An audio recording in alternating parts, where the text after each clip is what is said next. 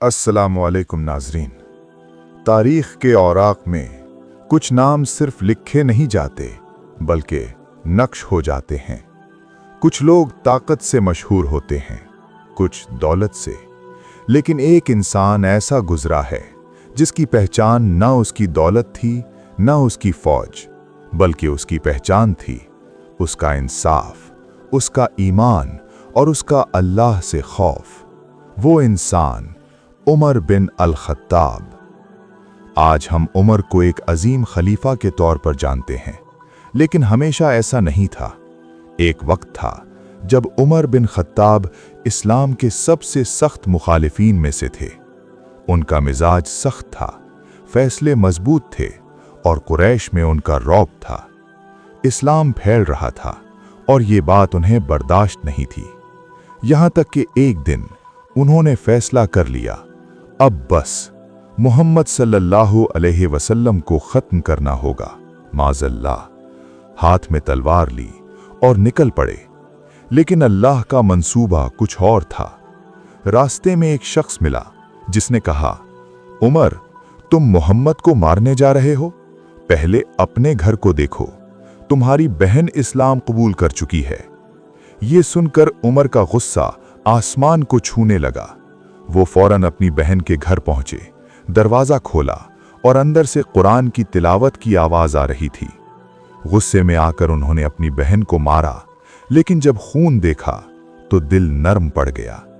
उन्होंने कहा, मुझे वो कलाम दिखाओ जो तुम पढ़ रही थीं। इन्ननी अनल्लाहु ला इलाहा इल्ला अना फ़अबुदनी, सूरह तौहा 2014। ये अल्फाज सीधा दिल में उतर गए। वही दिल जो नफरत से भरा था अब सच्चाई के सामने झुक गया। उमर सीधे पहुंचे नबी सल्लल्लाहु अलैहि वसल्लम के घर। दरवाजा खटखटाया। सहाबा खौफजदा हो गए, लेकिन नबी सल्लल्लाहु अलैहि वसल्लम ने फरमाया, दरवाजा खोलो। दरवाजा खुला।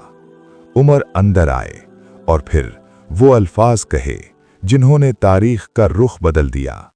अशहदु अन ला इलाहा इल्लल्लाह व अशहदु अन्ना मुहम्मदर रसूलुल्लाह। उमर के इस्लाम कबूल करते ही मुसलमानों की ताकत में इजाफा हो गया। पहले वो छुपकर इबादत करते थे, लेकिन अब उमर ने ऐलान किया, हम हक पर हैं, हमें छुपने की जरूरत नहीं। और फिर मुसलमानों ने पहली बार काबे में खुलकर नमाज अदा की। नबी सल्लल्लाहु अलैहि वसल्लम ने फरमाया, अगर मेरे बाद कोई नबी होता तो वो उमर होता। तिर्मिज़ी। और एक और जगह फरमाया, शैतान उस रास्ते से हट जाता है जिस पर उमर चलते हैं। सही बुखारी। जब उमर खलीफा बने तो उनकी हुकूमत दुनिया के लिए मिसाल बन गई। ना कोई भूखा रहता, ना कोई मजलूम बेइंसाफ रहता। वो खुद रातों को निकलते और लोगों के हालात देखते। एक रात उन्होंने खैमा देखा। अंदर से बच्चों के रोने की आवाज आ रही थी। उन्होंने पूछा, क्या हुआ? मां ने कहा, बच्चे भूखे हैं और मेरे पास कुछ नहीं। बर्तन में सिर्फ पानी उबल रहा था ताकि बच्चे समझें कि खाना बन रहा है। ये सुनकर उमर की आंखों में आंसू आ गए। वो फौरन बैतुल माल गए, राशन उठाया और खुद कंधे पर रख कर लाए। जब एक साथी ने कहा, मैं उठा लेता हूं, तो उमर ने कहा, क्या कयामत के दिन भी तुम मेरा बोझ उठाओगे? उमर की असल ताकत अल्लाह का खौफ था।